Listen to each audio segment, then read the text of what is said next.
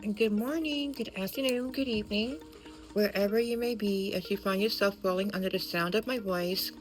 I am Lamia, and I'm going to answer September's question of the month. As always, these questions really seem to come at a good time and have really been speaking to the moment. And so, this month's question is: how has being so public about your HIV, living out loud about your diagnosis, benefited or has hurt your life? For me, of course, that can be a twofold question, but I'm going to choose to speak on how being loud and open about my HIV status has benefited my life. I'm going to speak to that component of the question because for me, I always felt that it was important that each of us have the ability to tell our own story, to have the ability to be the author of our own narrative. And what better way to do that than to just be open and honest about whatever it is that you may be going through, especially as it relates to HIV. In a time in which I was diagnosed in the early 2000s, although people weren't dropping like flies from the virus advancing and things of that sort, there was still a heavy stigma around even like telling a friend, because you're like, who can I trust, right? So if you were lucky to tell your family members and you garnered their support, that was a good thing. But when it came like to doing campaigns or being the face of advocacy and awareness, oh honey, we saved that. That was saved for the white girls. Well, the white folks, they had the privilege or the resources and of those things to be able to make that sacrifice. A lot of people in black and brown communities, you know, not HIV wasn't even a death sentence. It was like kind of people finding out because now you were subject to being socially dead. People that you thought were your friends, family that you thought you had.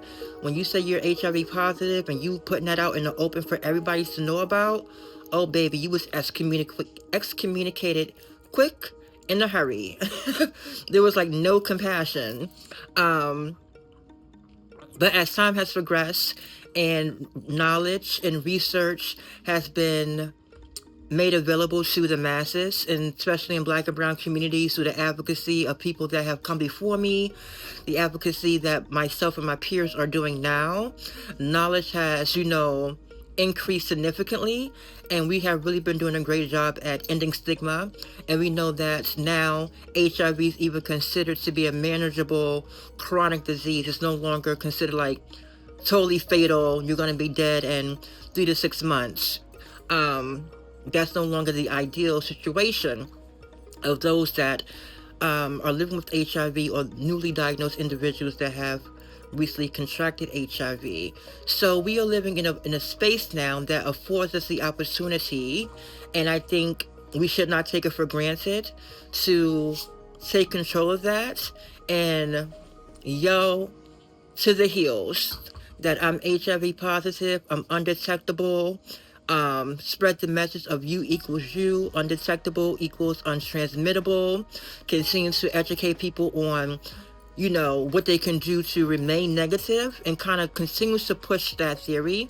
So I feel like as long as we have control of what's going on in our lives, we have control of the doctors that we're able to see, we gain control of the environments that we live in, that we work in, social groups. Once we have I feel like it's important for us to maintain control of those. So living out loud about my diagnosis has afforded me the opportunity to remain in control.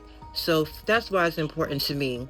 The hurt part, the hurt was just the disappointment that I had with myself. Like, oh my gosh, because I was so young. I'm like, oh my gosh, what is life going to be? But I've said this before. I don't know what life would be without HIV. Would it have been better?